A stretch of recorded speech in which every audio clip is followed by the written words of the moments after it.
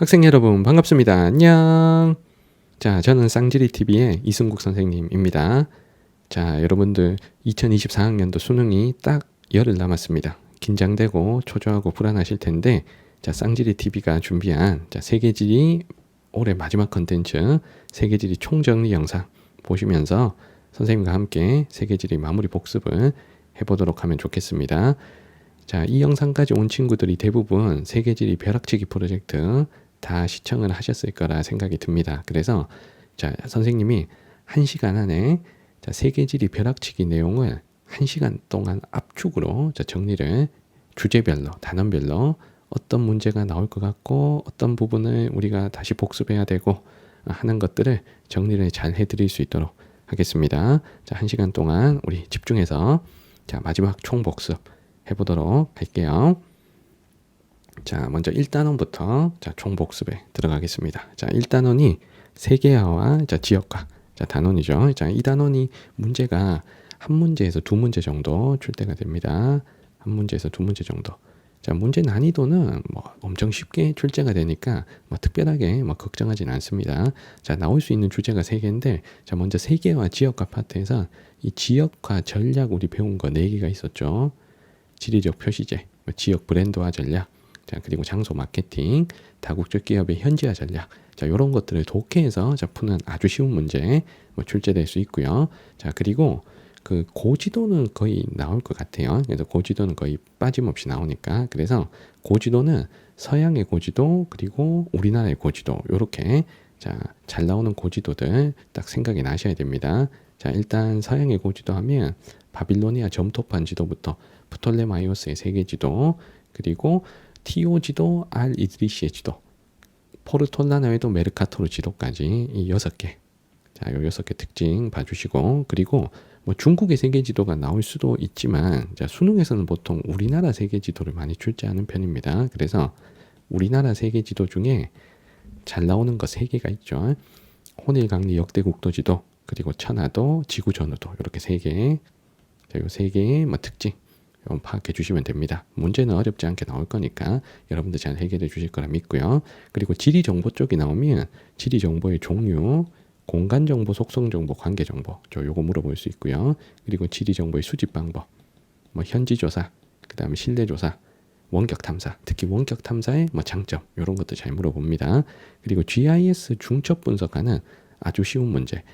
그래서 어떤 입지를 선정할 때 어느 나라의 입지를 선정해야 되는지를 점수로, 자, 점수제로 자, 여러분들이 결정해야 되는 문제, 뭐 이런 것들이 나올 수 있습니다.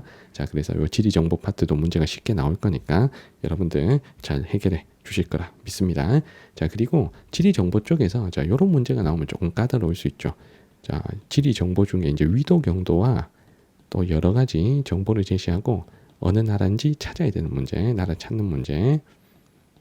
자, 요런 문제는 선생님이 벼락치기 마지막 강의 위도 경도 위치 잡는 방법, 자, 여기서 선생님이 충분히 다뤄들었으니까 그 내용들에서 선생님이 어떻게 문제 풀어라, 찾을 때는 이렇게 찾고 안 찾아도 문제 풀릴 수 있는 방법이 있으니까 그런 것들은 이렇게 하라 라고 말씀드린 부분들, 그 부분들이 생각나서 문제풀이 해주시면 돼요. 자, 1단원 먼저 정리했습니다.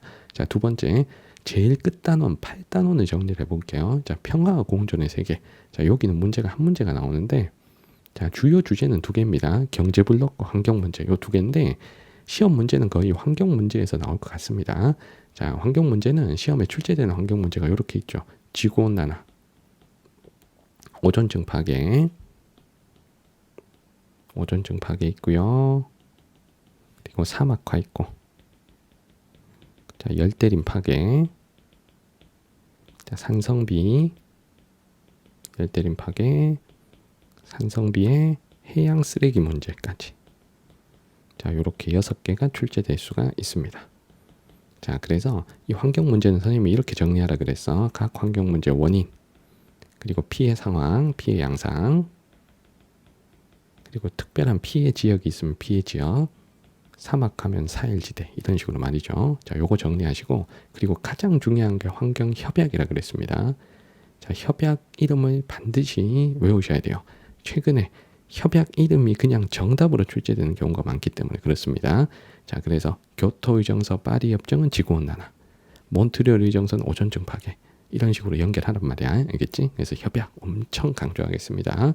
자, 그리고 경제블록 쪽이 6, 9월 모의고사에 시험에 나오진 않았지만 유럽 쪽에서 이제 유럽연합과 관련된 문제는 출제가 됐었습니다. 그건 유럽 가서 제가 설명을 드릴게요. 자, 주요 경제블록을 혹시라도 비교하라 그러면 유럽연합, USMCA, 자, 그리고 아세안, 그리고 남미 공동시장. 자, 우리 벼락치기에서 주요 항목별로 정리한 것 있죠. 자, 그거 좀 기억나시면 됩니다. 그래서 유럽연합만 유럽 가서 조금 더 자세히 공부를 좀 해놓으시면 될 것 같고요. 자, 그리고 USMCA에서 멕시코의 마킬라도라 산업지대 여기가 뭐 엄청 요즘 공업을 많이 하고 있다.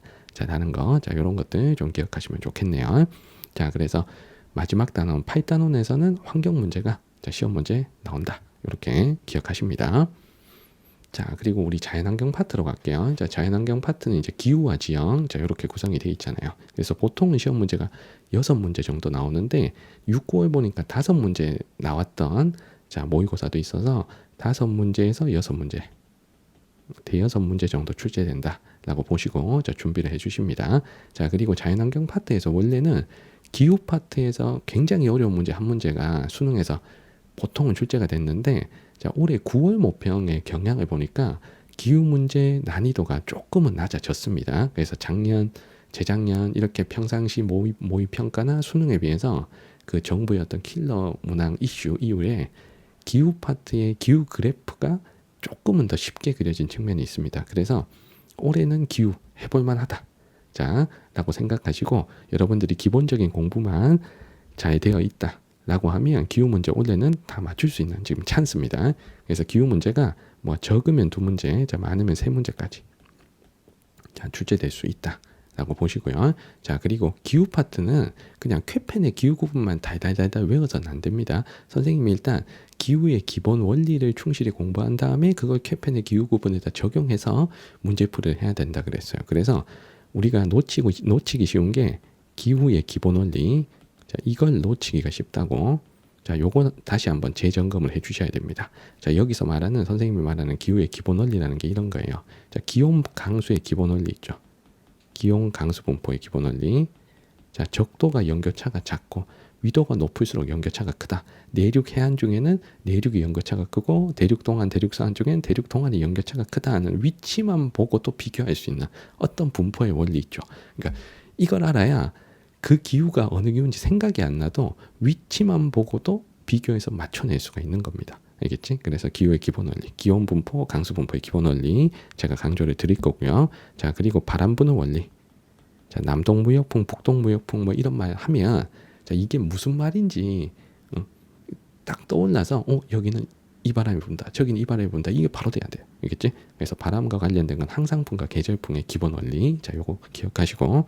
자, 그리고 기압대가 위도대별로 딱 분포를 하잖아요. 적도 수렴대, 아열대, 고압대, 한대 전선대, 극고압대까지. 자, 그러면 이 기압대가 어떤 역할을 하는지, 그리고 1월, 7월에 기압대가 또 어떻게 이동하는지, 그래서 기압대가 이동하면서 어디는 우기를 만들고 어디는 건기를 만들고 하는 어떤 기본 원리들 있죠. 자, 이런 것들이 잘 돼야 뭐 1월에는 적도 수렴대에 영향을 받는다, 7월에는 아열대, 고압대 영향을 받는다, 이런 선택지를 그냥 빠르게 풀어낼 수가 있는 겁니다. 자, 이걸 단순히 외우면 안 되고 기압대 이동 여러분들 그려가면서 다시 한번 복습을 해주셔야 돼요. 자, 그리고 기본 원리에서 많이 물어보는 게 낮길이 밤길이 많이 물어보죠.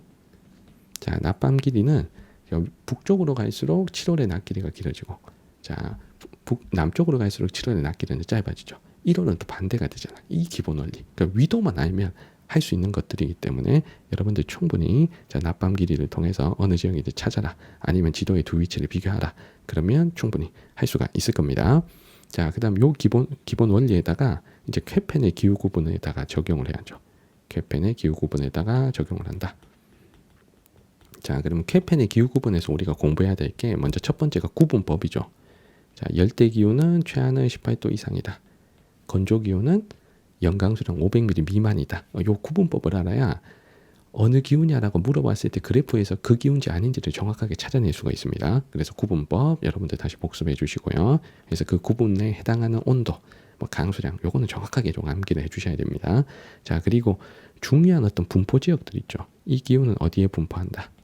그래서 정확하게 알아야 될 지역이 있고 대략적으로만 뭐 비스무리하게 찾아가도 되는 지역이 있잖아. 그래서 만약에 적도가 통과하는 지점이다라고 하면 보통은 열대우림, 맞지? 자, 뭐 고산기후라든가 아니면 동아프리카의 일부 사바나를 제외하면 자, 적도 통과한다 그러면 열대우림으로 풀고, 회기선 넘어가지 않는 선에서의 저위도 지역이다 그러면 열대기후 중에 뭐 사바나나 열대몬수 뭐 이렇게 풀면 되잖아요, 맞죠? 자, 그리고 대륙 서한해양성 기후, 지중해성 기후 위치는 정확하게 잡아주시고, 그리고 한대기후 쪽에 툰드라 빙설기후 위치도 정확하게 잡아주셔야 됩니다. 자, 그런데 조금 두루뭉술하게 알아도 되는 것들이 있죠. 뭐 대륙 동안의 온대기후 같으면 정확하게 기후형을 구분하지 못해도 우리 유라시아 대륙 동안 같으면 여름 강수량이 겨울 강수량보다 확 많은 그 온대기후를 고르면 되는 것처럼, 자, 우리가 공부한 것들이 다 떠올라서 자, 정확하게 분포 지역을 알아야 될 것과 자, 그러지 않아도 될 것들을 명확하게 구분하셔서 여러분들 공부를 좀 해주시면 좋습니다. 그러니까 너무 모든 기후를 세세하게 다 지역까지 알아야 된다라고 여러분들이 좀 압박을 느끼게 되면 공부 부담이 많이 생기기 때문에 선생님이 이걸 분별해서 공부를 하라고 말씀을 드리는 겁니다. 자, 그래서 분포 지역을 보고 그래프에서 찾을 수만 있으면 되니까, 그래서 선생님이 그 기후 파트 문제풀이 심화 강의에서 다 몰라도 풀 수 있는 요령 선생님이 설명을 드린 게 있습니다. 그 강의 안 보신 친구들은 다시 한번 확인해 보세요. 신기하게 답은 다 나옵니다. 알겠지? 자, 그 다음에 그 기후들의 어떤 특징들, 뭐 건우기가 뚜렷하게 구분된다, 면중 비가 온다, 아니면 연교차가 어떻다 하는 어떤 특징들, 요거 좀 잘 잡아주시고요. 자, 그 다음에 주민생활 모습까지. 자, 주민생활 모습은 주로 이제 농업과 관련된 게 많죠. 뭐 농업이나 가옥구조 뭐 이런 것들에서 만약에 이동식 화전농업이다 그러면 열대우림기후 딱 잡고, 수목농업이다 하면 지중해성기후 딱 연결하고, 이런 식으로 어떤 특정 단어가 어느 기후를 설명하는지 그런 것들을 여러분들이 잘 정리를 해주셔야 되겠습니다. 자, 그리고 올해 기후 문제 난이도가 전반적으로 조금 내려갔다 그랬잖아요. 9월 모평에서. 그래서 전형적인 형태의 문제가 나올 가능성이 높아요. 그래서 선생님이 심화 강의에서 풀어줬던 뭐 되게 현란한 문제들 있죠. 뭐 차이값, 편차값을 준다든가 1월, 7월 안 가르쳐주고 문제풀이 하는 스타일이라든가 이런 문제는 올해 사실 안 나올 가능성도 있습니다. 물론 수능 가면 또 나올 가능성도 있지만 올해는 약간 반반이야. 작년에는 그냥 무조건 나오는 거였는데 올해는 확률이 한 반반 정도예요. 그러면 기본형의 문제를 정확하게만 풀면 기후 문제에서 우리가 점수를 올해는 분명히 획득할 수 있다는 거야. 그러면 이 기본형의 문제는 이런 식이죠. 기후 그래프가 일단 그려집니다. 자, 기후 그래프가 그려지고, 자, 그리고 지도에다가 위치를 찍어. 뭐 세 지역이면 세 지역, 네 지역이면 네 지역 찍어. 그러면 기후 그래프 가나다를 지도에 세 지역과 일단 연결을 해야 되는 거죠.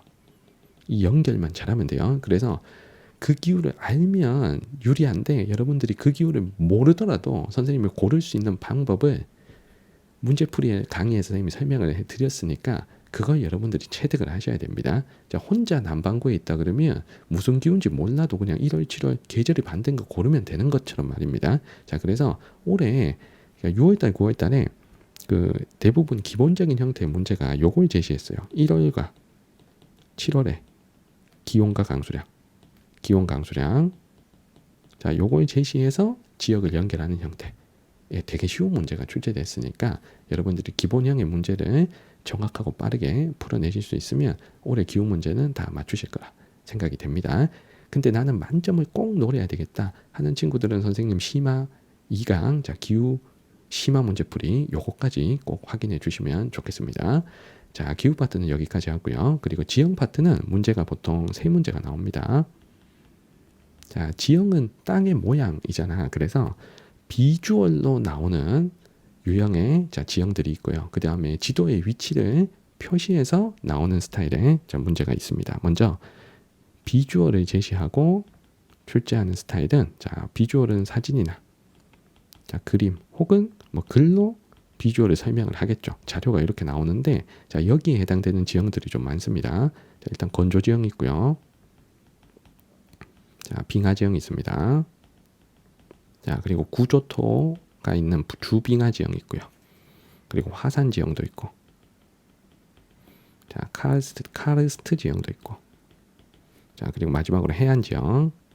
자, 이렇게 6개 주제가 있습니다. 자, 이 중에서 올해 출제가 유력한 세 개의 지형이 뭐냐면 첫 번째가 카르스트 지형.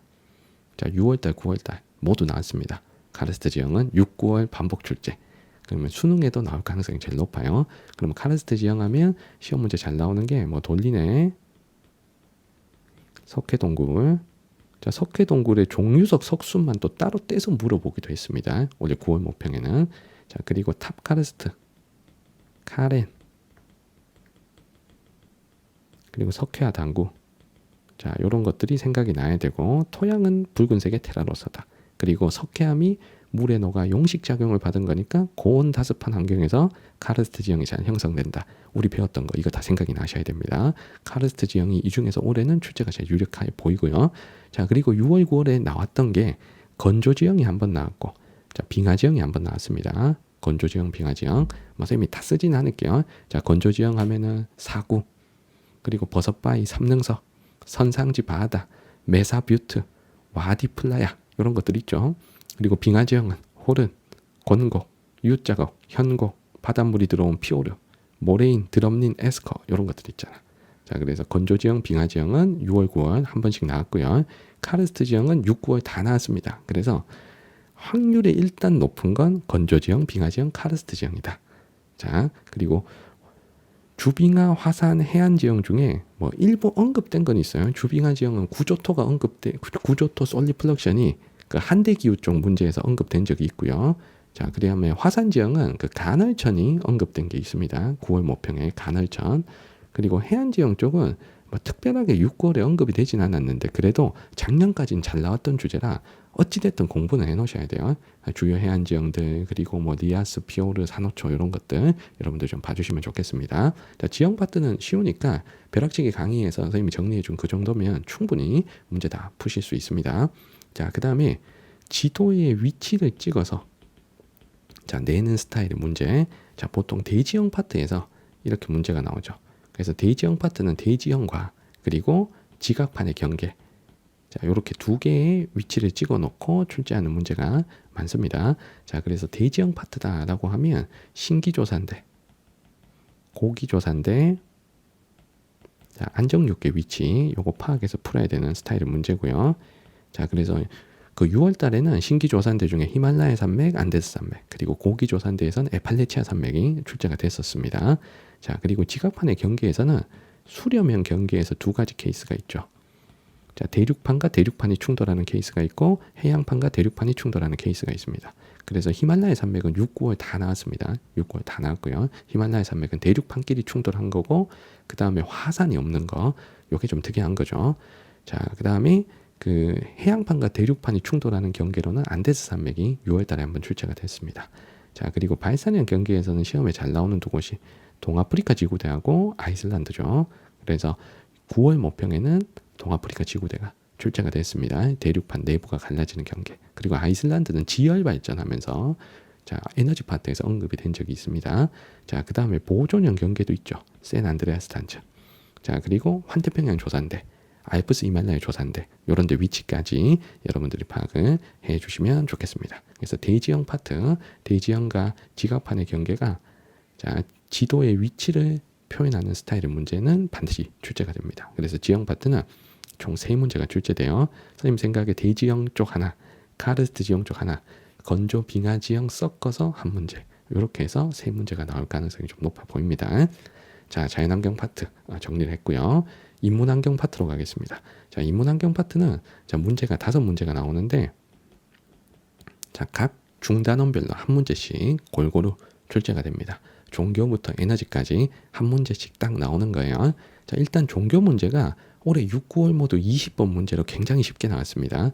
그래서 종교 파트는 그 6월 달에는 20번이 아니었다. 6월 달에는 14번인가 15번이었어. 세 번째 장에 있었는데 어쨌든 되게 쉬웠어. 알겠지? 그래서 종교 분포만 잘 알면 돼요. 그래서 종교 분포가 자, 이게 국가별, 이제 대륙별 종교 분포. 이게 제일 중요한 거죠. 자, 그래서 우리 꼭 알아야 될 나라별 종교 분포 요거 좀 꼭 기억해 주십니다. 특히 국가별에서는 동남아시아, 남부아시아 나라들로 출제를 많이 하죠. 자, 그 다음에 뭐 종교의 어떤 기본적인 분류, 뭐 기원, 뭐 성지, 그다음 예배 건물이나 생활 양식의 특징, 이런 기본적인 것들 잘 챙겨주시면 좋겠네요. 자, 그다음에 인구 파트로 가겠습니다. 자, 인구 파트가 작년까지는 완전 킬러였어. 그러니까 기후 파트 한 문제, 인구 파트 한 문제가 그래프가 대단히 어렵게 그려지면서 어떤 수학적인 계산도 요구하는 스타일의 문제였기 때문에 문제가 되게 어려웠어요. 근데 올해 6월달, 9월달 인구 문제를 선생님이 딱 보니까 역대급으로 지금 쉽습니다. 인구 문제가 지금 이렇게 쉬웠던 적이 없어. 그러니까 6월달 문제는 그냥 5초 만에 풀리는 문제였습니다. 유소년 비율 높은 거 아프리카 고르고, 노년 비율 높은 거 유럽 고르고, 그냥 끝. 뭐 이렇게 되는 문제였다고. 그래서 올해 인구 문제 이거 포기하시면 안 됩니다. 자, 특별하게 계산을 시키지 않을 거니까, 계산을 시키더라도 정말 단순한 더하기 정도 계산시킬 거니까 여러분들 이거 포기하시면 안 돼요.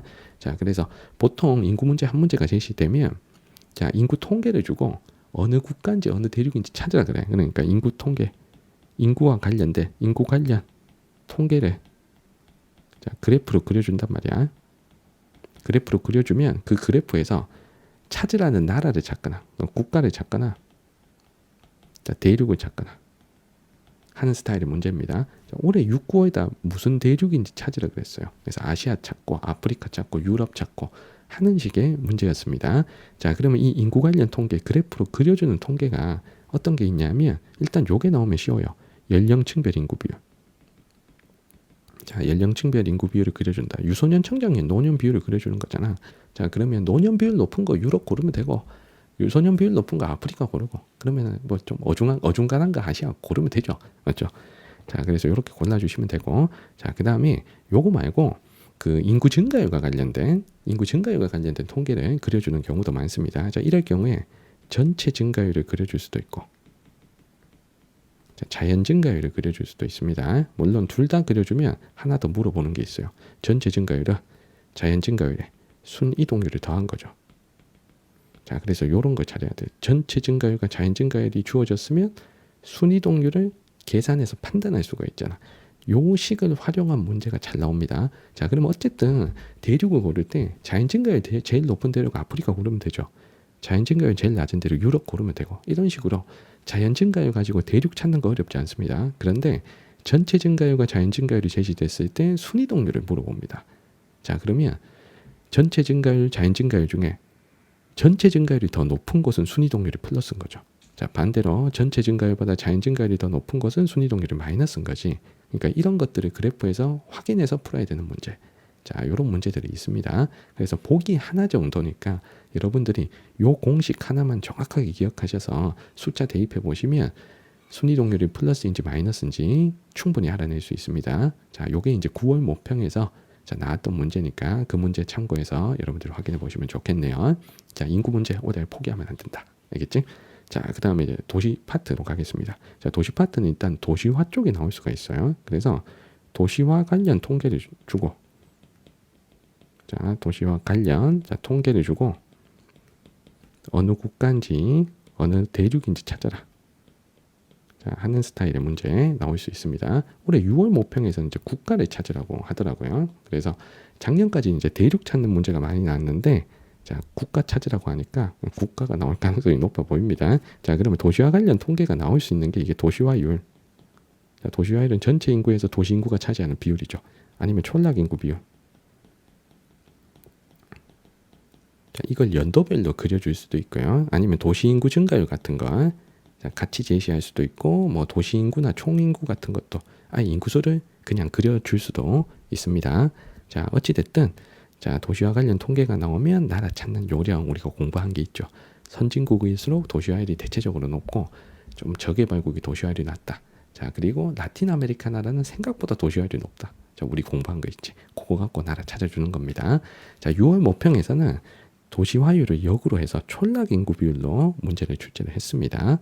자, 그 다음에 세계 도시 체계와 관련된 문제가, 자, 6월 달에 자, 나온 게 있습니다. 자, 세계 도시 체계와 관련된 간단한 이론이 나왔으니까 그건 여러분들이 문제를 통해서 확인해 보시면 쉽게 확인이 될 거고, 그리고 세계 도시 체계는 최상위 계층의 세계 도시와 최상위 계층의 세계 도시가 아닌 도시를 비교하는 형태의 문제가 나올 수가 있습니다. 그래서 9월 달에 뉴욕과 시드니를 비교하는 문제가 나왔었죠. 그래서 우리 최상위 세계 도시가 자, 요 세 개만 해당되잖아. 뉴욕, 런던, 도쿄라는 거. 요거는 반드시 암기하시고 들어가셔야 돼요. 그래서 다른 도시랑 뭐 비교하는 문제 충분히 나올 수가 있습니다. 자, 그다음에 식량 파트는 식량 작물 쪽 혹은 그 고기로 먹는 가축 쪽 이렇게 두 개가 둘 중에 하나가 시험에 나오는데 원래 6, 9월 모두 쌀, 옥수수를 다루는 식량 작물 쪽이 출제가 됐습니다. 그래서 수능도 6, 9 그대로 쌀, 옥수수 쪽이 나올 가능성이 높아 보입니다. 자, 그러면 얘도 통계가 그래프로 그려질 건데 그래프로 그려지는 통계가 국가별 혹은 대륙별 이 작물의 생산 혹은 수출과 관련된 통계를 그려줄 경우가 많습니다. 자, 그래서 우리가 뭐 쌀, 밀은 중국, 인도가 1등이고 생산, 그리고 옥수수 생산은 미국이 1등, 중국이 2등 이렇게 해서 우리가 공부했던 게 있죠. 맞죠? 자, 그건 우리가 잘 기억을 하셔야 됩니다. 자, 9월 달에 이게 대륙별로 자, 생산 수출 통계가 잡힌 조금 어려운 문제가 있었으니까 그 문제를 좀 잘 봐주셔야 되겠습니다. 자, 그리고 선택지에서 물어보는 건 쌀, 밀, 옥수수의 주요 지표를 비교하고 주요 지표 뭐 생산량은 누가 많다, 국제 이동량은 누가 많다, 재배 면적은 누가 넓다 이런 것들. 자, 그리고 주요 특징들 뭐 계절풍 기후 지역에서는 뭐 누구를 한다, 사료용으로는 옥수수를 쓴다, 뭐 이런 것들 말입니다. 그래서 그런 것들 여러분들 좀 기억해 주시면 좋겠습니다. 자, 그리고 혹시 모르니까 돼지, 소, 양 쪽도 봐주시긴 해야 돼요. 그래서 국가별, 대륙별 사육투수들 그리고 주요 지표 특징들 이런 것들 우리가 기본적인 공부했던 것들을 잘 떠올려 주셔야 됩니다. 그래도 아무래도 쌀밀 옥수수 쪽의 확률은 높으니까 선생님이 쌀밀 옥수수 쪽을 강조를 드릴게요. 자, 그리고 에너지 파트는 그 석탄, 석유, 천연가스 우리 주요 화석 에너지들이 출제가 될 가능성이 높죠. 그래서 3대 화석 에너지 석탄, 석유, 천연가스와 관련된 내용이 시험 문제 잘 출제가 되는데 여기서 가장 출제가 유력한 건 어떤 특정 국가별 에너지 소비 구조를 자, 비교해서 푸는 문제 이게 가장 유력합니다. 그래서 예를 들면 중국은 석탄 소비가 가장 많고 그 다음에 미국은 석유, 천연가스, 석탄 순으로 많이 사용하고 러시아는 천연가스를 가장 많이 사용하고 그리고 노르웨이는 수력을 가장 많이 쓰고 이런 것들이 있죠. 그래서 이 나라가 석탄, 석유, 천연가스 중에 무엇을 많이 사용하냐 이걸 알아야 풀리는 문제 그걸 그래프로 그려질 가능성이 가장 높습니다. 그래서 우리 6월 달에 나왔던 조합이 러시아가 나왔었고요. 그럼 러시아는 천연가스 찾는 결정적인 힌트죠. 그리고 인도가 나왔었습니다. 인도에서 석탄 찾을 수 있죠. 자, 그리고 브라질이 나왔는데 자, 브라질은 다른 두 나라에 비해서 수력 비율이 높으니까 또 수력을 찾을 수 있는 거야. 그래서 6월에 나왔던 러시아, 인도, 브라질뿐만 아니라 역대 시험에서 잘 나왔던 나라 중국, 미국, 러시아, 인도, 브라질, 캐나다, 프랑스 하면 원자력이지. 노르웨이 하면 수력이고 그리고 이란, 사우디. 이란은 천연가스, 석유. 그리고 사우디는 석유, 천연가스 순이죠. 그리고 남아공의 석탄. 뭐 이런 것들 좀 기억을 해주셔야 됩니다. 자, 그러다 보면 뭐 노르웨이나 브라질이나 캐나다가 나오면 수력이 찾아야 될 것 중에 좀 추가가 될 거고요. 자, 프랑스가 나왔다 그러면 원자력이 또 추가돼서 나올 수가 있는 겁니다. 자, 그래서 선생님이 제시한 석탄, 석유, 천연가스 세 개의 에너지 그리고 수력 원자력까지 자, 이런 것들을 잘 정리를 해주셔야 돼요. 자, 그 다음에 이거 외에 국가별 에너지 소비 구조 외에 다른 통계들이 있지. 뭐 생산 통계랑 자, 수출 통계 자, 이런 것들도 잡아주시고 그리고 각 에너지별 특징들 비교해야 될 항목들이 있죠. 뭐 대기오염 물질이라든가 전 세계 소비 비중이라든가 고기 조산돼 있는 거, 신기 조산돼 있는 거 우리 기본 개념에서 배운 것들 있죠. 그런 특징들을 좀 잡아서 문제풀이를 해주시면 됩니다. 자, 그리고 신재생 에너지 쪽도 시험에 나올 수 있는데 자, 9월 달에는 신재생 에너지하고 이제 석유 쪽하고 이제 석탄하고 같이 나왔던 문제가 있습니다. 쭉 줄글 형태로 돼가지고 그러면 신재생 쪽에 나올 수 있는 게 일단 수력이 나올 수 있고 그리고 지열, 바이오 에너지, 뭐 태양광, 뭐 풍력 이런 것들이 나올 수 있는데 자, 9월 달에 언급됐던 게 뭐냐면 아이슬란드의 지열 발전, 수력 발전 이게 나왔어요. 그래서 언급된 나라가 아이슬란드가 나왔었고 아이슬란드 자, 그 다음에 노르웨이의 수력이 또 나왔습니다. 그리고 스위스의 수력이 또 나왔었어. 자, 그래도 요런 나라들, 자, 9월 달에 9월 모평에 나왔던 나라들이니까, 자, 요 나라들 좀 잘 봐주시면 좋겠습니다. 자, 그래서 인문환경 파트 이렇게 정리했고요. 그 다음에 지역지리 파트로 가겠습니다. 자, 지역지리 파트는 문제가 7문제에서 많이 나오면 8문제까지도 나올 수 있습니다. 보통은 한 7문제 정도 출제가 됩니다. 그래서 몬순 아시아부터 그다음에 사하라 이남 아프리카까지 한번 정리를 해보도록 할게요. 자, 일단 이 파트에서는 뭐가 중요하냐면 올해가 이게 위치 학습이 엄청 중요합니다. 자, 요 위치 학습을 이렇게 해야 돼. 그냥 단순히 당연히 백지도 보고 어느 나라인지 당연히 알아야지. 그래서 어느 나라인지, 자, 중요한 나라 위치 꼭 아셔야 되고요. 그리고 그 나라 안에서 어떤 특정 지역을 알아야 될 게 있어. 특정 지역. 만약에 다르푸르 지역이다. 그러면 수단의 서쪽.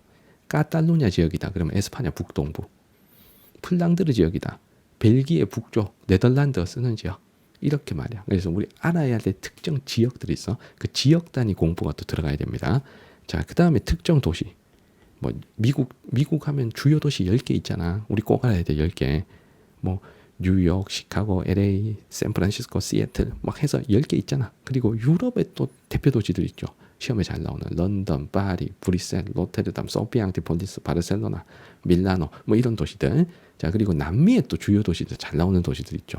뭐 리우데자네이로, 브라질 수도 브라질리아, 뭐 멕시코 시티, 그다음에 잉카 제국의 수도였던 쿠스코, 뭐 이런 도시들. 그래서 구체적으로 알아야 될 도시까지 정리를 해주셔야 돼요. 선생님이 벼락치기에서 찍은 도시들 정도는 정확하게 아셔야 됩니다. 자, 찍은 나라, 찍은 지역, 찍은 도시 정확하게 자, 위치 파악을 해주시고, 그리고 이 위치를 단순하게 그냥 지도만 그려서 여기 어디게 이렇게 물어보지 않습니다. 자, 최근에 시험 문제가 지도 없이 위치를 간접적으로 제시하면서 선택지를 좀 어렵게 만들어요. 자, 이런 경우에는 자, 뭐를 활용해서 위치를 표현하냐면 자, 지형 지물을 활용해서 위치 표현하는 경우가 많습니다. 자, 지형 지물로 어떻게 표현하냐? 이 나라는 흑해 연안에 위치한다. 뭐 홍해 연안에 위치한다. 이렇게 바다로 위치 표현한다든가, 아니면 뭐 카스피에 접해 있다. 이렇게 호수로 얘기한다든가, 메콩강이 흐른다.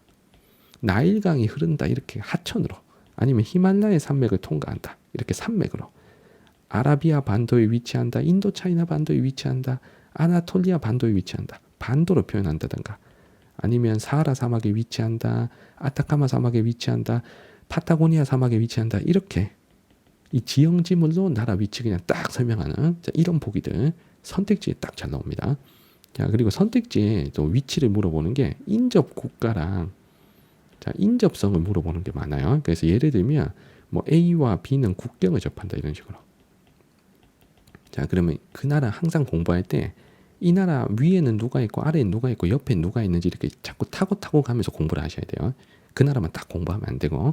자, 그 다음에 위도경도로 나라 맞추라는 문제가 나올 수 있는데, 올해는 대놓고 위도경도로 나라 찾으라고 하기보다 위도경도였던 기준선에서부터 얼마나 떨어져 있냐 이런 식으로 물어볼 가능성이 높습니다. 그래서 뭐 A 나라와 B 나라 중에 뭐 이렇게 북해기선에 누가 가깝냐 이런 식으로, 북해기선과의 최단 거리는 어떻다, 뭐 적도와 떨어진 거리는 어떻다, 이 나라는 북반구, 이 나라는 남반구에 있다 이런 식으로 뭐 위도 위치를 갖고 뭐 두 나라 비교하는 뭐 이런 선택지 충분히 나올 수 있고요. 자, 그리고 뭐 면적을 비교한다든가, 뭐 큰 나라 작은 나라 정도는 비교할 수 있겠지. 만약에 남미의 브라질과 저기 에콰도르가 나왔어. 그러면 브라질의 면적이 훨씬 큰 거잖아. 뭐 이 정도로 우리가 지도를 익히 보면 당연히 알 법한 나라들의 어떤 면적 비교, 아니면 뭐 바다에 접해 있는 나라들은 바다 아예 그냥 대놓고 바다를 물어보겠지. 이 나라는 대서양 연안에 있다. 막 이러면서. 근데 바다 안 접한 내륙국도 있잖아요.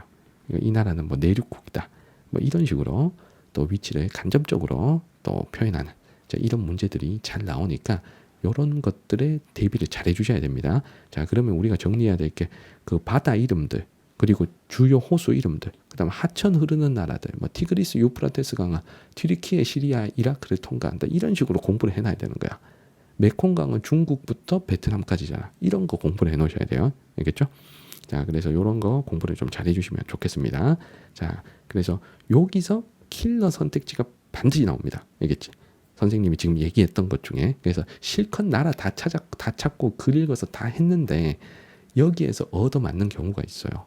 그래서 6월달, 9월달에 뭐 요런 보기에서 많이 낚였던 친구들은 미리 수능에도 당연히 나온다라고 생각하시고 대비를 해주셔야 돼요. 알겠죠? 그래서 지역지리 파트에서 내용이 그렇게 어렵지는 않습니다. 이 선택지 한두 개가 여러분들을 곤란하게 만들 거기 때문에 이걸 꼭 대비를 해주셔야 돼요. 자, 그러면 출제될 수 있는 주제 위주로 정리를 하겠습니다. 제가 지역지리 파트 위치학습의 유의사항 얘기한 거 반드시 아셔야 돼. 자, 몬순아시아 오세아니아 쪽입니다. 자, 먼저 첫 번째가 자연환경이 주민생활에 어떤 영향을 주냐. 자, 이 주민생활이란 게 의식주를 말하는 거죠. 자, 주민생활은 의식주 농업. 자, 다분히 요 네 개는 기후 환경의 영향을 많이 받기 때문에 어떤 의식주 생활 방식이 제시되면 선택지에 기후를 물어보는 경우가 많아요. 예를 들면 일본에 합장 가옥이 나왔다. 그러면 눈이 많이 온다. 이런 식으로 기후 환경을 유추를 해서 문제풀이 하시면 됩니다. 자, 그리고 그 나라의 의식주 농업과 관련된 그 아주 결정적인 힌트로 나오는 단어들이 있어요. 예를 들면 의복 중에 아오자이가 나왔다. 베트남 찾을 수 있죠. 나시고랭이 나왔다. 인도네시아 찾을 수 있는 거야. 이런 식으로 그 나라의 뭐 대표적인 음식, 대표적인 의복 꼭 알아야 될 것들 요거 반드시 기억하셔서 나라 찾는 아주 결정적인 힌트로 써먹으셔야 됩니다. 자, 두 번째가 나라별 경제활동과 관련된 게 시험 문제 나오는데, 자, 경제활동과 관련된 것 중에 제시되는 게 산업구조. 요 산업구조는 1차, 2차, 3차 산업 비율을 주고 나라 맞춰라 하는 게 있고, 그 다음 두 번째가 산업의 어떤 특징. 뭐 중국은 뭐 공업이 발달한다. 자, 그 다음에 그 호주는 뭐 자원을 주로 수출하는 나라잖아. 그러니까 어떤 수출품의 특징까지 잡아주셔야 돼. 됐지? 자, 그래서 나라별 산업구조 특징 잡는 거, 자, 요거 좀 해주셔야 되고, 그리고 잘 나오는 나라들의 수출품. 인도네시아다 하면 석탄, 팜유. 호주다 그러면 석탄과 철강석. 이런 식으로 정리를 해주시면 돼요. 자, 그 다음에 주요 갈등 지역들. 요거 시험에 잘 나옵니다. 자, 주요 갈등 지역들 한번 몇 개 써볼게. 자, 위구르. 자, 티베트 분리 독립운동. 그리고 카슈미르 지역의 힌두교와 이슬람교 간의 갈등. 자, 스리랑카의 민족 겸 종교 갈등.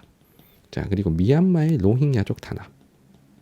자, 필리핀의 모로족과의 내전. 뭐 이런 것들. 자, 그래서 그 구평에 카슈미르 지역하고 로힝야족이 시험에 나왔잖아요. 자, 그래서 그런 것들 뭐 물론 다른 지역이 나올 수도 있으니까 요 6개는 반드시 대비를 해주셔야 됩니다. 자, 그 다음에 건조아시아 쪽으로 갈게요. 자, 건조아시아 쪽도 먼저 첫 번째 나오는 건 건조한 환경이 주민 생활에 어떤 영향을 주냐. 자, 요게 처음 나오는데, 자, 여기는 어렵지 않습니다. 자, 건조한 것들과 관련된 주민 생활들. 예를 들면 뭐 사막의 흑벽돌집. 자, 그리고 흑벽돌집 옆에 바람탑인 바드기르를 세우죠. 자, 그리고 관계 농업의 대표적인 양식인 가나트, 뭐 이런 것들이 언급되는 경우들이 있으니까 좀 기억해 주시고요. 자, 그리고 이 지역의 경제활동과 관련돼서 철저히 이 석유 재벌국 위주로 자, 출제를 한다 그랬습니다. 자, 석유 재벌국. 자, 그럼 이 석유 재벌국 하면 자, 요 나라들이잖아. 사우디, 카타르, 아랍에미리트. 자, 이 나라들의 자, 주요 어떤 수출품이라든가, 수출품 당연히 석유 천연가스죠. 자, 그래서 돈 많이 벌어가지고 그 토목 건설업에 많은 투자를 하잖아. 그래서 광업과 토목 건설업 비중이 높아서 산업 구조의 특징에서는 2차 산업 비율이 높고요. 자, 그리고 외국인 노동자 유입이 많으니까 인구 구조에서 자, 청장년층의 성비가 대단히 높은 거. 자, 이런 것들 좀 파악해 주시면 됩니다. 그리고 사우디, 카타르, 아랍에미리트가 미래를 대비해서 하는 것들. 사우디의 비전 2030, 카타르는 월드컵 개최했고요. 그리고 아랍에미리트는 아부다비, 두바이에서 금융, 물류, 그리고 관광산업. 자, 이런 것들 생각나시면 됩니다. 자, 그리고 이 나라들하고 비교될 수 있는 나라들. 예를 들면 이집트 피라미드 스핑크스 수에즈 운하. 자, 튀르키예 공업 육성 정책. 자, 튀르키예는 공업 제품 수출이 많죠. 자, 그리고 이스라엘은 석유 천연가스가 많지는 않지만 서남아시아의 선진국이고요. 그리고 카자흐스탄은 석유 천연가스 재벌국은 아닌데 그래도 석유 천연가스를 수출하는 석유 유망주다라고 생각하고 문제를 풀라 그랬습니다. 자, 그래서 이렇게 나라 비교하는 문제들 나올 수 있고요. 자, 그리고 여기서도 어떤 갈등 지역들이 있잖아. 갈등 지역. 그래서 가장 중요한 지역은 이스라엘입니다. 자, 이스라엘이 지금 전쟁을 하잖아요, 맞죠? 그 유대인과 팔레스타인 자치구역, 저기 하마스가 지금 그 집권하고 있는 그 가자 지구하고 이렇게 지금 전쟁을 하고 있잖아. 그래서 유대인 팔레스타인 간의 갈등 이런 거 좀 잘 기억하시고, 그리고 이라크 이란의 자 예전의 전쟁 상황, 이게 이란이 시아파 비율이 높아서 결국에는 벌어진 일이잖아, 맞지? 자 그래서 이란이 유독 시아파 비율이 높다라는 거, 요거 좀 꼭 기억하시고, 그리고 카스피의 석유 천연가스를 둘러싼 갈등, 그리고 쿠르드족의 분리 독립운동, 그리고 수단의 다르푸르 분쟁. 자, 요 다르푸르 분쟁은 이제 수단이죠, 수단. 이게 나중에 수단, 남수단 찢어지는 것까지 연결되는 거 우리 배웠잖아요. 그래서 그런 거 생각해 주시면 되겠습니다. 자, 5단은 건조아시아 북부 아프리카까지 정리를 했고요. 자, 그 다음에 6단은 유럽과 북아메리카로 가겠습니다. 자, 유럽과 북아메리카에서 시험에 제일 잘 나오는 거 이거 공업지역이죠, 공업지역. 자, 공업지역. 자, 요 공업지역은 자, 유럽은 전통공업지역. 자, 그리고 해안가의 그 신흥중화공업지역, 그리고 첨단산업지역, 이렇게 해서 입지 특징과 주요 지역들 연결하시면 됩니다. 그래서 그 시험 문제 나왔던 데를 내가 적어볼게. 이게 공업지역은 거의 뭐 수능에 무조건 나오거든. 그러니까 유럽이나 미국이나. 자, 일단 유럽에 나왔던 것들을 적어볼게. 자, 6월달에 누가 나왔냐면 시스타 사이언스 파크가 나왔어요. 시스타 사이언스 파크. 이게 스웨덴이지, 맞지? 그리고 9월 달에 나왔던 게 선생님이 엄청 강조했던 로테르담 유럽 최대의 항구 도시죠. 맞죠? 자, 그 다음에 소피아 앙티폴리스 나왔었고요. 자, 프랑스 지중해 연안의 첨단 산업 도시. 그리고 실리콘 글렌 나왔어. 실리콘 글렌. 스코틀랜드의 첨단 산업 지역이잖아요. 자, 요렇게 출제가 됐습니다. 자, 이 외에도 뭐 나올 수 있는 지역들이 또 있죠. 맞죠? 우리가 공부했던 것들 잘 떠올려 주시면 될 것 같고, 뭐 제3 이탈리아 같은 데 나올 수도 있고요. 자, 뭐 하니까 자, 여러분들 잘 좀 유럽의 공업 지역들 잘 떠올려 주시고, 그다음에 미국의 공업 지역은 9월 달에 나왔습니다. 자, 미국의 공업 지역은 오데오 연안의 러스트벨트. 자, 그리고 캘리포니아랑 그리고 태평양 연안 쪽의 첨단 산업, 그리고 멕시코만 연안 쪽에 우주항공과 석유화학 산업. 요렇게 우리가 공부하면 되잖아. 근데 9월 달에 나온 게 요 세 도시가 나왔어. 실리콘밸리가 나왔고요. 자, 그리고 항공기 제조업의 시애틀이 나왔고요. 자, 그리고 휴스턴이 언급이 됐습니다. 이 중에 맞는 보기도 있고 틀린 보기도 있었지만 어쨌든 이 세 도시를 알아야 풀리는 문제가 나왔었어요. 자, 이외에도 뭐 디트로이트, 피츠버그, 시카고, LA, 뭐 우리 공부한 도시들 다 생각이 나야 됩니다. 자, 그래서 공업 도시는 반드시 시험에 나온다. 됐지? 자, 그 다음에 자, 두 번째 주제가 자, 유럽과 자, 미국의 자, 도시 구조를 비교하는 자, 문제가 나올 수가 있습니다. 자, 그래서 이렇게 풀려고 그랬잖아. 유럽은 역사가 오래된 도시다라는 관점으로 접근해서 문제를 푸시고, 자, 미국은 역사가 짧다라고 생각하고 문제를 푸시면 대부분 이론이 다 유추가 됩니다. 알겠죠? 자, 그래서 6월에 시험에 나온 게 자, 6월 달에 자, 유럽 도시 중엔 파리를 출제하고, 자, 미국 도시 중엔 시카고를 출제해가지고 요 두 도시를 비교하는 스타일의 문제가 나왔었습니다. 당연히 역사는 파리가 오래된 거죠.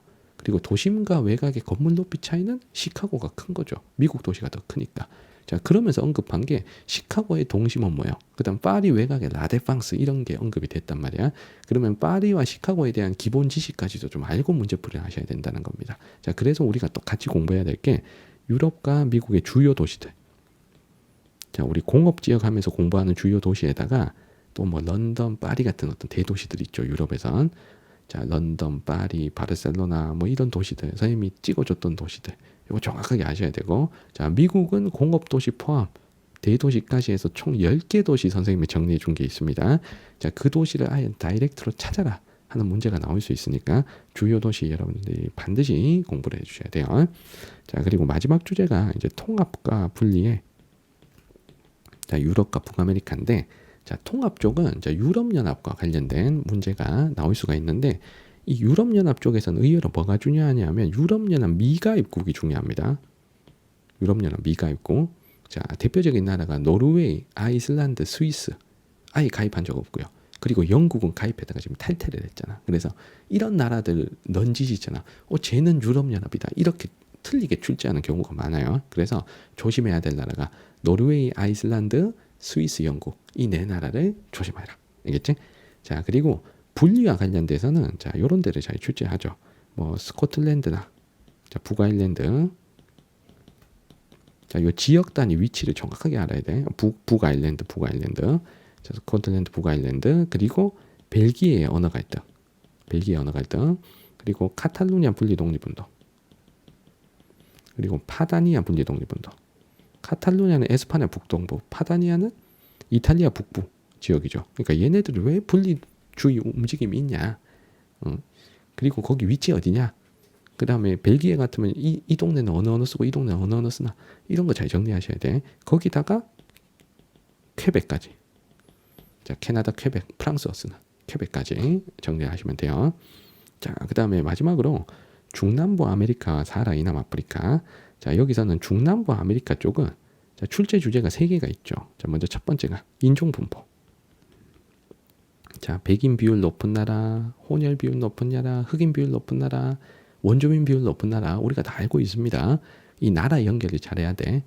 볼리비아 하면 원주민이 1등, 아르헨티나 하면 백인이 1등 이런 식으로 어떤 나라 찾는 결정적인 힌트로 인종 분포를 언급할 수 있다. 알겠지? 자, 그리고 추가로 문화적 특징으로 언어나 뭐 종교 그리고 호남 문화의 사례 이런 것들, 그다음에 호남 문화의 사례 이런 것들을 언급하기도 합니다. 자, 언어는 브라질은 포르투갈어, 나머지 대부분 나라는 에스파뇰, 종교는 대부분 가톨릭. 그리고 호남 문화의 사례가 음악이나 댄스에 이거 많죠.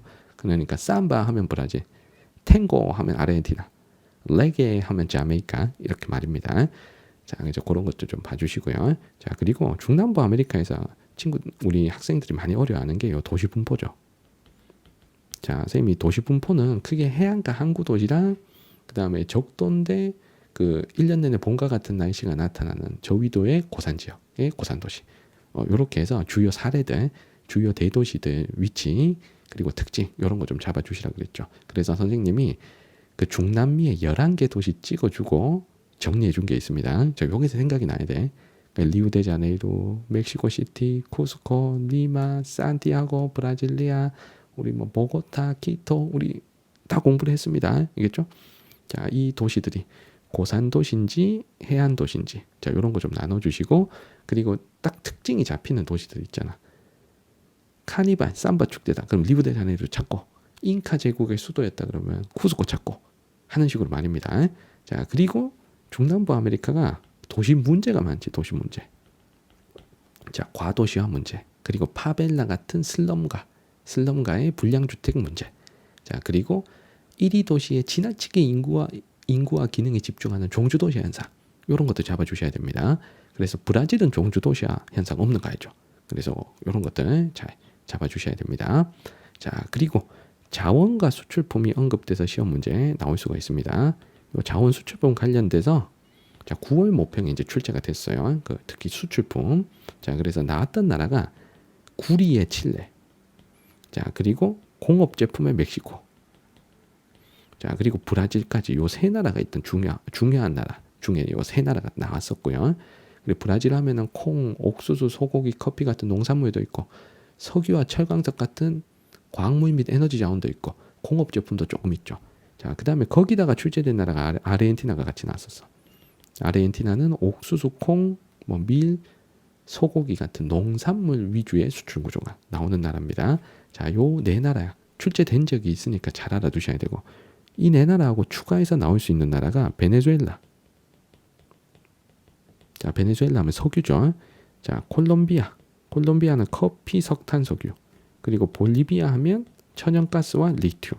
이런 게 생각이 나야 됩니다. 알겠죠? 자, 그래서 주요 자원 수출품. 자, 요거 잘 정리를 해 주셔야 되겠습니다. 자, 그리고 사하라 이남 아프리카 쪽으로 해볼게. 자, 여기는 이제 2개가 이제 출제가 되잖아요. 2개 주제. 먼저 첫 번째가 갈등 지역. 자, 올해 6월엔 안 나왔지만 갈등 지역 하면은 우리 수단, 남수단에 갈등 상황, 그리고 남수단이 분리 독립한 거, 그리고 르완다의 부족 간의 내전, 남아공의 아파르테이드, 나이지리아의 북부와 남부의 종교 갈등, 시에라리온의 블러드 다이아몬드 문제. 자, 이런 거 공부한 거 생각이 나셔야 되고요. 자, 그리고 여기에서도 6월 달에 자원 수출품 관련된 문제가 자, 나왔었습니다. 자, 그래서 그때 나왔던 나라가 어떤 나라냐면 6월 달에 나이지리아가 나왔었어요. 자, 나이지리아 하면 딱 석유 생각나야지. 자, 그리고 콩고 민주공화국이 나왔었고요. 콩고 민주공화국은 코퍼벨트, 구리, 코발트, 콜탄. 그리고 보츠와나가 나왔습니다. 보츠와나 하면 다이아몬드죠. 요 세 나라가 나왔었고, 이 세 나라 외에도 언급될 수 있는 나라들 선생님이 쓰진 않고 말로 설명할게. 에티오피아의 커피, 케냐의 차, 코트디부아르 가나의 카카오. 요거는 농작물만 해서 또 구평에 따로 나온 문제가 있습니다. 자, 그리고 자원 쪽은 자, 콩고 민주공화국과 함께 코퍼벨트를 구성하는 잠비아. 자, 그리고 나이지리아와 함께 석유를 많이 생산하는 앙골라. 그리고 남아공은 금, 백금, 다이아몬드, 석탄에다가 공업 제품까지 다양한 제품을 수출하는 거.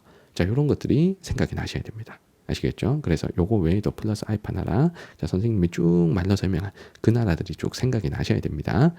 자, 이렇게 하면 우리 지역지리 파트까지 해서 자, 시험 문제 나올 것들을 주제별로 자, 요약 정리를 한번 해봤습니다. 자, 짧은 시간이었지만 선생님하고 자, 함께 자, 세계지리 관련 내용들을 쭉 정리했으니 자, 여러분들이 공부한 것들이 쭉 생각나면서 혹시라도 내가 부족한 부분이 무엇이 있는지 다시 한번 점검하는 기회가 됐으면 좋겠어요. 자, 여러분들께 마지막으로 당부의 말씀 몇 가지 올리겠습니다. 자, 먼저 첫 번째가 남은 기간 어떻게 공부를 해야 되나요? 지금 딱 10일 남았죠. 자, 너무 새로운 그 사설 모의고사들이나 이런 것들을 풀기보단 자, 기존의 개념 학습의 밀도를 더 높여야 됩니다. 이게 더 중요합니다. 그래서 중요한 것들, 놓치지 말아야 될 것들을 정확하게 머릿속에 다 채워놓고 가셔야 돼요. 그러니까 어설프게 아는 것 없이 가장 중요한 엑기스된 개념만은 놓치면 안 됩니다. 그래서 마지막까지 개념 공부, 자, 남은 기간 공부 방향, 자, 개념 공부 위주로 마지막 복습해라. 자, 그리고 최대한 그 사설 모의고사 문제나 일부러 막 엄청 어렵게 꼬아서 낸 그런 문제들을 여러분들을 더 곤란한 상황으로 자, 괜히 그 시간 낭비하는 그런 경우도 생길 수가 있거든요. 자, 그래서 그런데 힘 빼지 말고 나 공부한 것들 2번 보고 3번 보고 4번 보고 이제 애내독하는 방식으로 마지막까지 개념 학습에 좀 올인을 해주시기 바랍니다. 자, 그리고 개념 학습에도 조금 빈 부분이 있다 그러면 선생님과 같이 공부한 벼락치기 자, 필기 노트를 다시 한번 보시면서 자, 다시 그 공부한 내용들이 쫙 떠오를 때까지 복습을 해주셔야 돼요. 자, 그리고 문제는 최소한 6월, 9월 모의고사는 완전 뜯어먹는 정도로 공부를 해주셔야 되고 그 다음에 문제를 더 풀겠다 그러면 그냥 기출 위주 그리고 내 스스로 푼 문제의 오답 정리하는 정도로 마무리를 해주시면 좋겠습니다.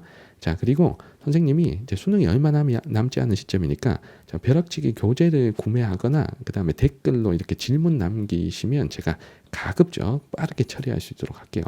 자, 그래서 선생님이 수시로 그 스마트 스토어도 수시로 지금 확인하고 있습니다. 최대한 빨리빨리 자, 보내드리려고요. 파일을요. 자, 그리고 댓글 답변도 선생님이 좀 가급적 실시간 확인해서 수업이 없는 한 제가 빨리빨리 답변 드릴 수 있도록 하겠습니다. 자, 그리고 자, 세계지리 벼락치기 강의까지 쭉 해서 여러분들 여기까지 오셨죠. 맞죠? 총정리까지 오셨죠. 그래서 그 선생님 강의를 수강한 어떤 소감이나 수강 후기 같은 걸 뭐 댓글로 좀 남겨주시면 뭐 저도 큰 힘이 되고 그리고 나중에 볼 후배들한테도 뭐 좋은 뭐 도움이 될 만한 글이 될 거니까 뭐 수강 후기도 좀 꼭 부탁드리고 그리고 수능 치고 나서 자, 요 총정리 영상에 다시 돌아오셔서 수능 후기도 좀 남겨주시면 감사하겠습니다. 수능을 어떻게 뭐 잘 봤는지 못 봤는지 선생님 영상이 진짜 도움이 된 건지 뭐 아닌 건지 뭐 어떤 의견도 좋으니까 뭐 수강 후기 그리고 나중에 수능 끝나고 자, 다시 와서 선생님하고 이 유튜브 공간에서 소통을 했으면 좋겠습니다. 그리고 나중에 도움을 많이 받으셨으면 뭐 내년에 뭐 후배들이나 뭐 이렇게 좀 소개도 좀 해주시고 하면 더 뭐 제가 또 더 좋을 것 같아요. 자, 알겠죠? 자, 그래서 아무튼 뭐 여러분들 댓글로 수강 후기 남겨주시면 정말 감사하겠습니다. 자, 여러분들 쌍지리 TV의 2024학년도 수능 대비 세계지리 컨텐츠는 여기까지입니다. 자, 여러분들 쌍지리 TV 영상을 애청해 주시고 열심히 공부해 주셔서 정말 감사합니다. 자, 어쩌면 여러분과 저는 얼굴도 못 본 사이지만 이 유튜브의 어떤 알고리즘에 의해서, 자, 물론 친구가 소개해주고 선배가 소개해줘서 쌍지리 TV에 온 친구들도 있겠지만 어찌어찌 불안한 마음에 유튜브 이렇게 검색하다가 선생님 영상이 딱 떠서 선생님 영상을 보게 되고, 그러다 보니까 뭐 벼락치기도 처음부터 끝까지 다 보고 뭐 이렇게 한 경우들이 많을 것 같아요. 그래서 자, 이 유튜브 알고리즘이 그 정말 우리 인생에 좀 해로운 영향도 많이 준단 말이에요. 맞죠? 자꾸 파도 타고 해서 다른 뭐 공부에 도움 안 되는 영상도 보고 뭐 하는 경우가 많잖아요. 근데 이렇게 도움이 되는 이런 인연도 쉽지 않잖아요. 맞죠? 그래서 여러분과 제가 비록 얼굴 보고 대면하지 못했지만 저는 여러분들을 정말 소중히 생각하고 정말 여러분들에게 최선을 다해서 그 컨텐츠 하나하나를 정말 그 제작해서 드릴 수 있도록 정말 최선의 노력을 다했습니다. 자, 아무튼 자, 여러분들 쌍지리 TV 영상들을 애청해 주시고 이 영상 뭐 부족하나마 자, 이 영상 열심히 시청해 주시고 공부에 활용해 주셔서 정말 감사드립니다. 제가 여러분들 수능에서 최고의 결과가 있기를 정말 기도하는 마음으로 수능날 수능 치는 여러분들 수능 치고 있는 그날까지 응원하고 기도하고 있겠습니다. 자, 그리고 특히 현장에서 선생님하고 같이 공부했던 자, 친구들, 자, 정말 너무 고마워요. 선생님이 갈 때마다 여러분들 저를 많이 반겨주시고 또 여러분들이 좋은 말씀 많이 해주시고 선생님 때문에 도움 많이 받았다 이렇게 말씀해 주실 때마다 제가 엄청 힘이 나고 또 강사로서 정말 많은 뿌듯함을 느꼈습니다. 자, 아무튼 여러분들이 있기에 뭐 제가 또 존재하는 거니까 자, 아무튼 여러분들이 최고의 결과로 자, 우리 해피엔딩을 만들어 봤으면 좋겠습니다. 자, 아무튼 저는 수능의 그날까지 자, 여러분들이 뭐 댓글로 질문하고 하는 거에 또 이렇게 소통해 드릴 수 있도록 할 테니까 언제든지 찾아와 주시면 좋겠네요. 자, 제가 준비한 영상은 여기까지입니다. 자, 지금까지 2024학년도 수능 총정리, 세계지리 총정리 영상이었습니다. 저는 쌍지리TV의 이승국 선생님입니다. 여러분들 수능의 그날까지 자, 마지막까지 최선을 다해서 최고의 결과 1등급 만점 최고의 결과가 있기를 응원하겠습니다. 자, 저는 여기까지였습니다. 여러분들 안녕.